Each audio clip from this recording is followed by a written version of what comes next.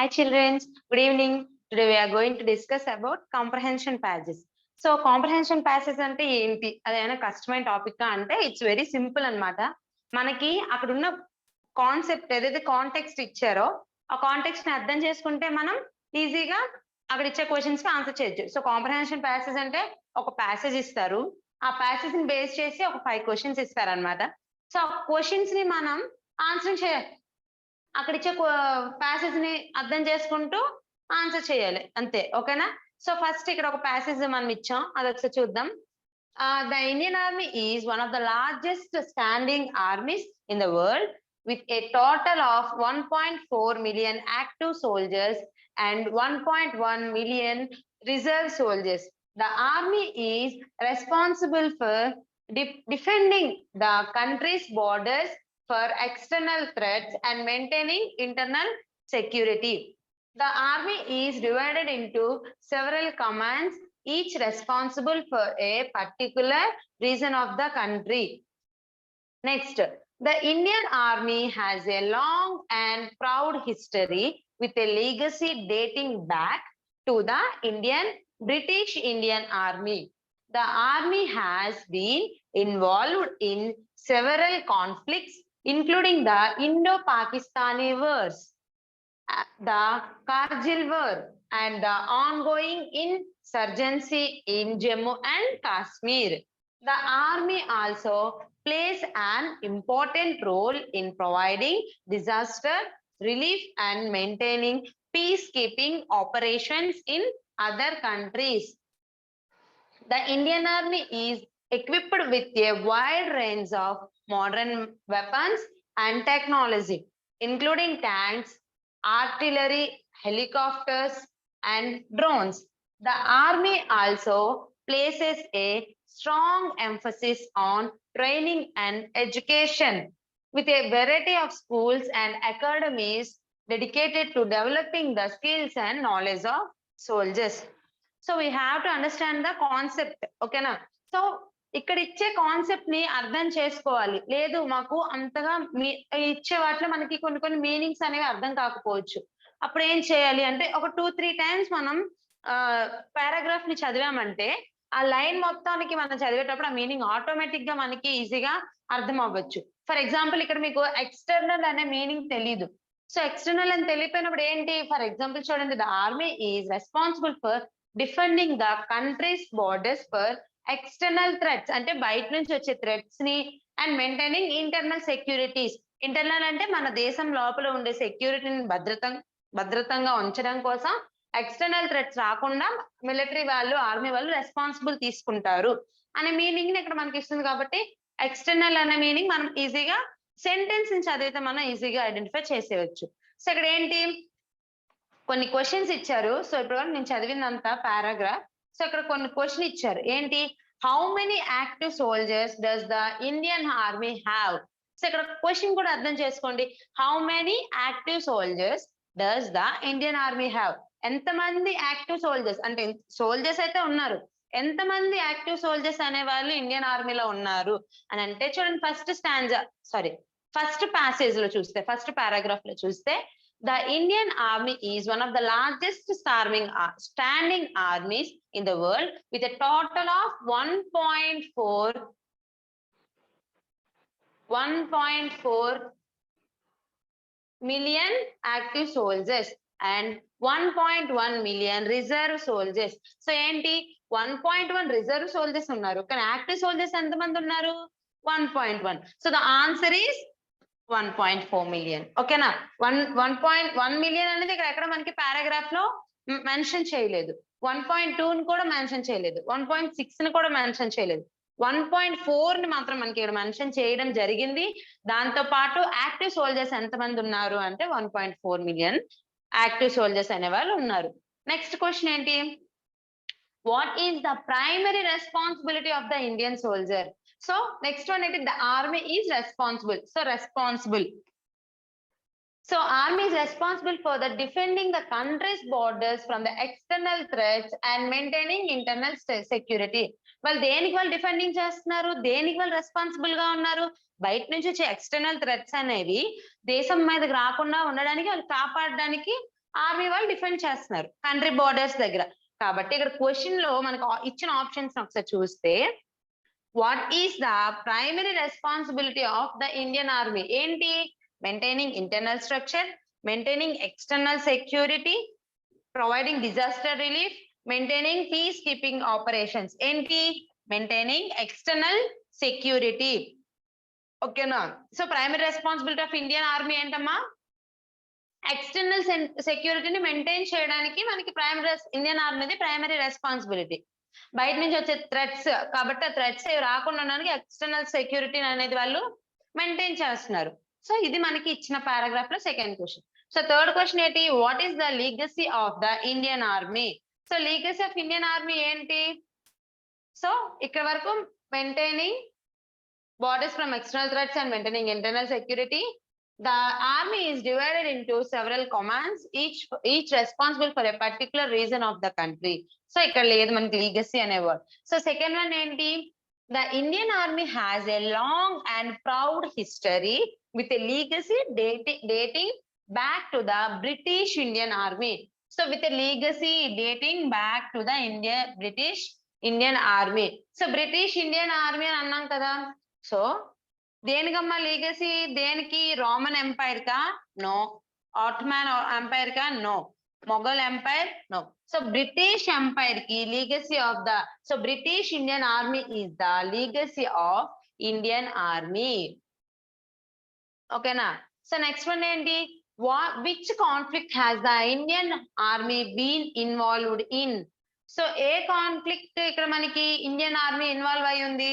World War I, World War II, Kargil war, cold war. So ఇక్కడ మనకి in wars గురించి mention చేశారు. So paragraph లో మనకి 3 వర్స్ గురించి మెన్షన్ చేశారు. ఏంటేంటి? Pakistani, including the Indo Pakistani wars, Kargil wars, next insurgency in Jammu and Kashmir. So మనకి ఇచ్చిన ఆప్షన్స్ లో వరల్డ్ వార్ 1 లేదు, 2 లేదు, కోల్డ్ వార్ లేదు, కార్గిల్ వార్. సో మనకి అక్కడ ఏదేది మెన్షన్ చేశారు? ఇండో పాకిస్తానీ వార్ గురించి మెన్షన్ చేశారు, కార్గిల్ వార్ గురించి చెప్పారు, దాంతో పాటు insurgency of Jammu and Kashmir చెప్పారు. కాబట్టి అందులో మనం కార్గిల్ వార్ ఇందులో మనకు ఆప్షన్లు ఇవ్వడం జరిగింది. సో మనం అదే ఆన్సరింగ్ కార్గిల్ వార్. ఓకేనా? Next, what is the emphasis of Indian army? Emphasis of Indian army ఏంటి ఇక్కడ? సో నెక్స్ట్ ఇక్కడ వరకు చూసాం కదా. దాని తర్వాత, the army also plays an important role in providing disaster relief and maintaining peacekeeping operations in other countries. So ఇక్కడ లేదు. The Indian army is equipped with a wide range of modern weapons and technology, Indian tanks, artillery, helicopters and drones. The army also a strong emphasis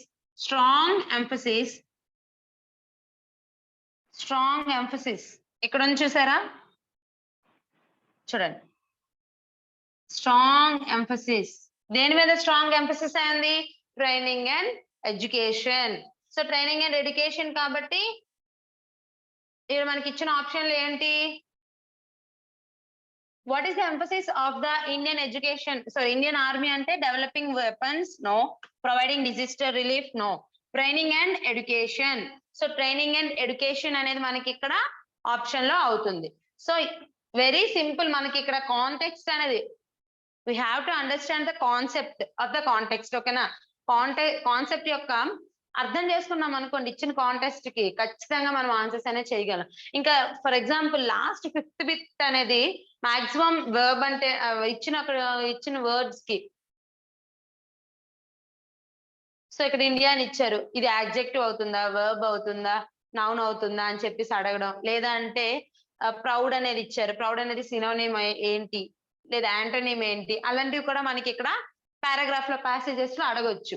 so మనం అక్కడ meanings కూడా, అంటే దీన్ని బట్టి ఏమైంది, comprehension passage వల్ల సినోనిమ్స్ రావాలి, antonyms రావాలి, పార్ట్స్ ఆఫ్ స్పీచ్ కూడా మనకి వచ్చి ఉండాలి. నౌన్ అని దేన్ని అంటాం, ప్రొనౌన్ అని దేన్ని అంటాం, యాడ్జెక్టివ్ అని దేన్ని అంటాం అనేది. ఓకేనా? సో నెక్స్ట్ వన్ ఏంటి? ఇంకొక పారాగ్రాఫ్ చూద్దాం. సో ఇంకో పారాగ్రాఫ్ ఏంటి? The union public service commission గురించి చూద్దాం. So the union public commission service is Indians premier central recruiting agency for civil services. established in 1926. So established ఎప్పుడమ్మా ఇండియన్ది 1926. దేనిది యూనియన్ పబ్లిక్ సర్వీస్ కమిషన్ అనేది. ఓకేనా, యూనియన్ పబ్లిక్ సర్వీస్ కమిషన్ అనేది 1926 లో establish చేయడం జరిగింది. The UPSC conducts various examinations for recruitment to several civil services and posts under the central government. The UPSC is responsible for conducting the civil services examination, Indian Forest Service examination, engineering services examination and several other examinations. So UPSC అనేది దేని మీద exams conduct చేస్తుంది అంటే civil service examinations గురించి, Indian forest service examinations గురించి, engineering service examinations గురించి, దాంతో పాటు ఇంకా సెవరల్ అదర్ ఎగ్జామ్, ఇంకా చాలా ఎగ్జామ్స్ కూడా యూపీఎస్సీ అనేది కండక్ట్ చేస్తూ ఉంటుంది. So the civil services examination is the most prestigious examination conducted by the UPSC. So UPSC conduct చేసిన ఇన్ ఎగ్జామినేషన్స్ లో సివిల్ సర్వీసెస్ ఎగ్జామినేషన్ అనేది మోస్ట్ ప్రీషియస్ ఎగ్జామినేషన్ అన్నమాట. It is a 3-stage examination process that includes a preliminary examination, a main examination and a personality test. So చూడండి, ఇక్కడ ఏవైతే test అనేది UPSC conduct చేస్తుందో అందులో సివిల్ సర్వీస్ అనేది ఫస్ట్ స్టేజ్ లో అంటే మెయిన్ ఇంపార్టెంట్ అన్నమాట ఎగ్జామినేషన్స్ లో. అందులో అవి 3 స్టేజెస్ అనేవి ఉన్నాయి. ఏంటేంటి? ఫస్ట్ వన్ ప్రిలిమినరీ టెస్ట్, తర్వాత మెయిన్ ఎగ్జామినేషన్, తర్వాత పర్సనాలిటీ టెస్ట్ అనేది 3 స్టేజెస్ అనేవి ఉన్నాయి. The examination is held to recruit candidates for several services, including the Indian Administrative Service, Indian Foreign Service, Indian Police Service, and several other central services. Okay, nice. Next, the UPSC also conducts the Indian Forest Service examination to recruit candidates for Indian Forest Service. Indian Forest Service ki recruitment cheyadaniki Indian forest service examination అనేది కూడా UPSC అనేది conduct చేయడం జరుగుతుంది. The examination is conducted in 2 stages. Civil services లో 3 stages లో జరుగుతుంది. ఒకటి preliminary, main examination, ఇంకోటి పర్సనాలిటీ టెస్ట్. కానీ ఇక్కడ ఏంటి, ఓన్లీ 2 స్టేజెస్. ప్రిలిమినరీ టెస్ట్ ఒకటి ఉంటుంది, దాంతో పాటు మెయిన్ ఎగ్జామినేషన్ అనేది ఉంటుంది. The engineering services examination is conducted to recruit candidates for various engineering services in the central government. So engineering అనేది engineering services in the central government లో engineering services గురించి engineering services examination అనేది UPSC conduct చేయడం జరుగుతుంది. ఏదైతే civil services 3 stages లో ఉంటుంది, Indian forest 2 stages లో ఉంటుంది, కానీ ఇంజనీరింగ్ మాత్రం 4 స్టేజెస్ లో ఉంటుంది. చూడండి, the examination is conducted in 4 stages. ఏంటంటే preliminary examination, main examination, personality test and medical examination. ఓకేనా, మెడికల్ ఎగ్జామినేషన్ కూడా ఉంటుంది, ప్రిలిమినరీ ఎగ్జామినేషన్ ఉంటుంది, తర్వాత మెయిన్ ఎగ్జామ్ ఉంటుంది, తర్వాత పర్సనాలిటీ చెకప్ ఉంటుంది, తర్వాత మెడికల్ ఎగ్జామినేషన్ అనేది ఉంటుంది. నెక్స్ట్ ఏంటి, the UPSC is also responsible for other several examinations including the combined defence services examination, national defence academy examination and naval academy examination. So UPSC అనేది కొన్ని other examinations కూడా conduct చేస్తూ ఉంటుంది. అందులో defence services examinations కూడా combine గా exam చేస్తుంది. ఆ డిఫెన్స్ ఏంటంటే national defence academy examination, naval academy examination. ఓకేనా, సో ఇవి మనకి ఇచ్చిన ఈ పారాగ్రాఫ్. సో ఈ పారాగ్రాఫ్ లో ఎలాంటి క్వశ్చన్స్ ఇచ్చారు? సో చూడండి, యూపీఎస్సీ అంటే ఏంటి? What is the full form of UPSC? So UPSC అంటే ఏంటమ్మా? Union public service commission. Union public service commission. Union public service commission. మనం ఎక్కువగా కన్ఫ్యూజ్ అవ్వచ్చు యునైటెడ్ సర్వీస్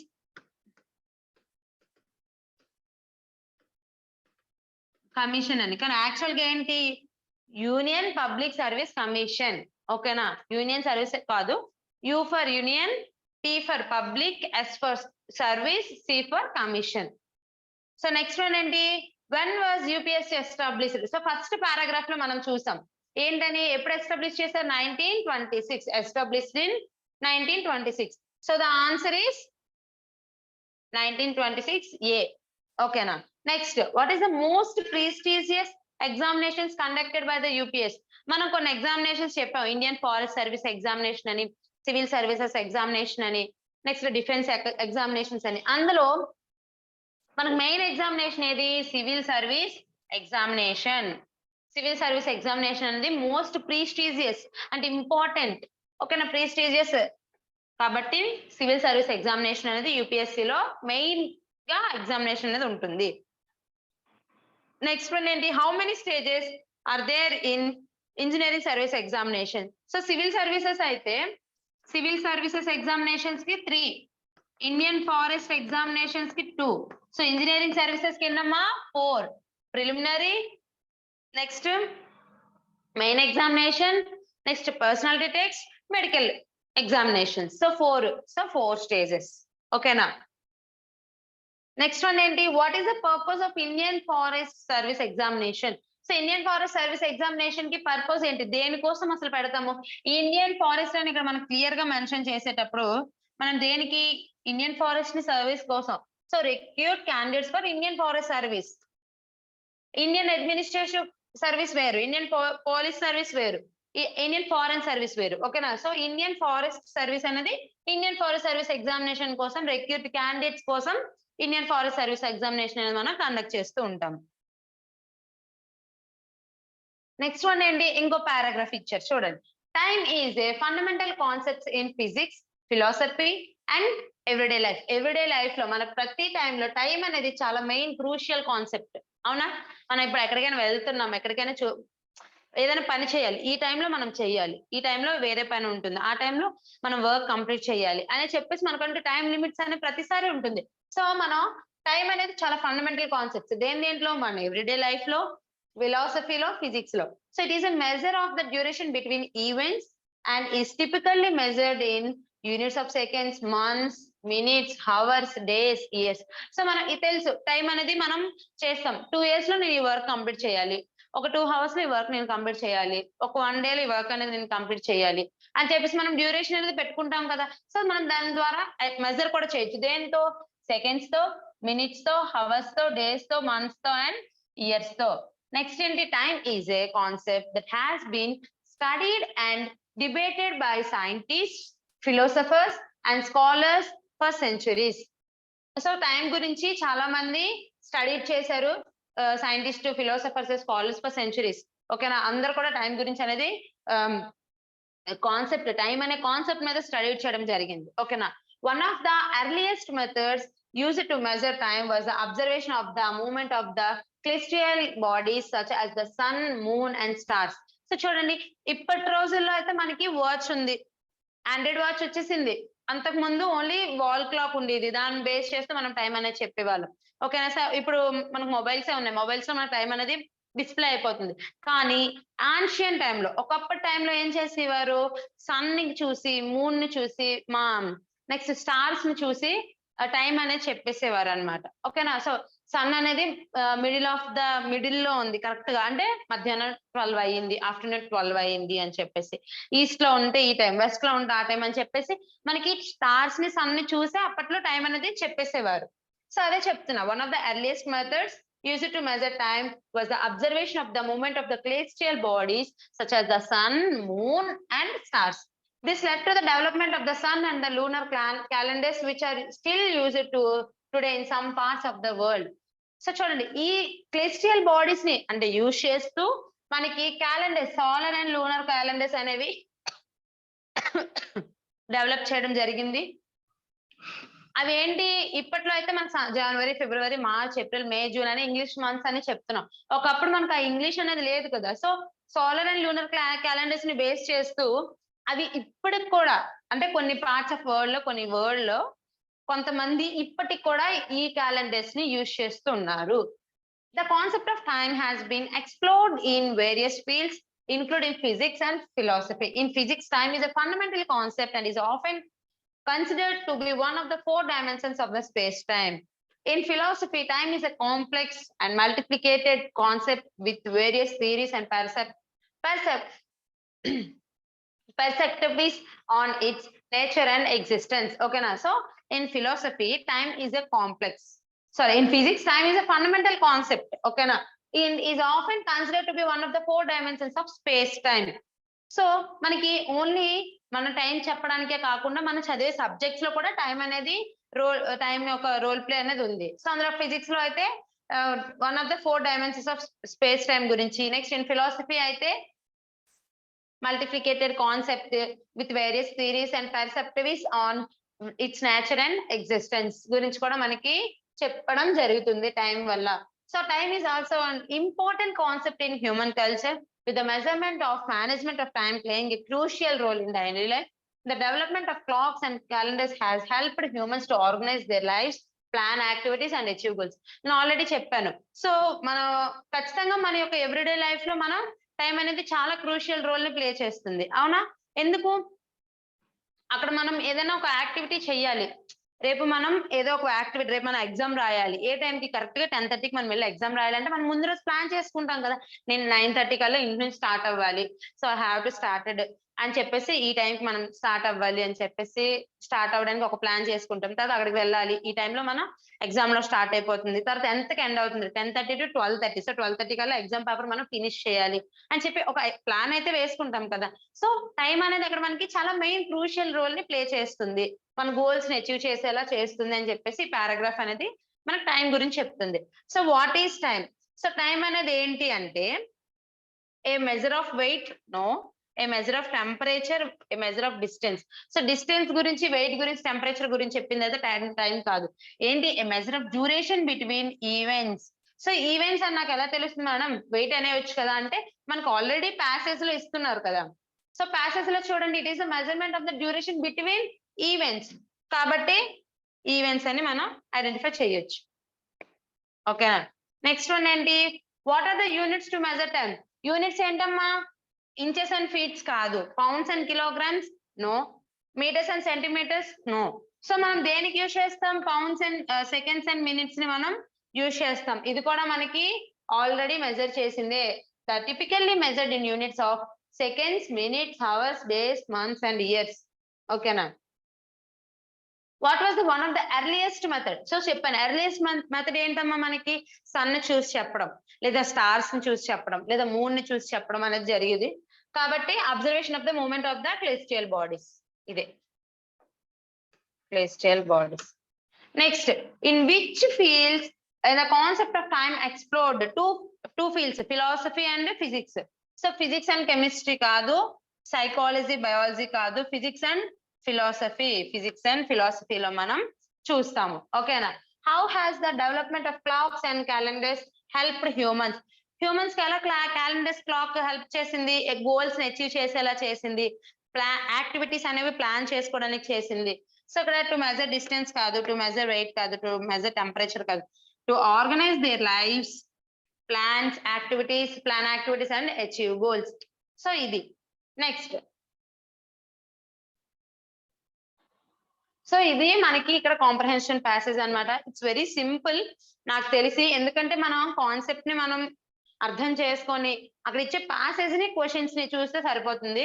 మనం అక్కడ ఏదైతే మనకు కాన్సెప్ట్ ఇస్తున్నారో, ఒక టైం గురించి, ఏదో టైం గురించి ఇచ్చారు. సో టైం అనేది ఒకసారి మీకు అర్థం కాలేదు, ఒకసారి చదివితే మళ్ళీ చదవండి. ఒక 2-3 టైమ్స్ చదివితే ఈజీగా మనం ఆన్సర్స్ అనేది మనం చేసేయచ్చు. ఓకేనా? Thank you.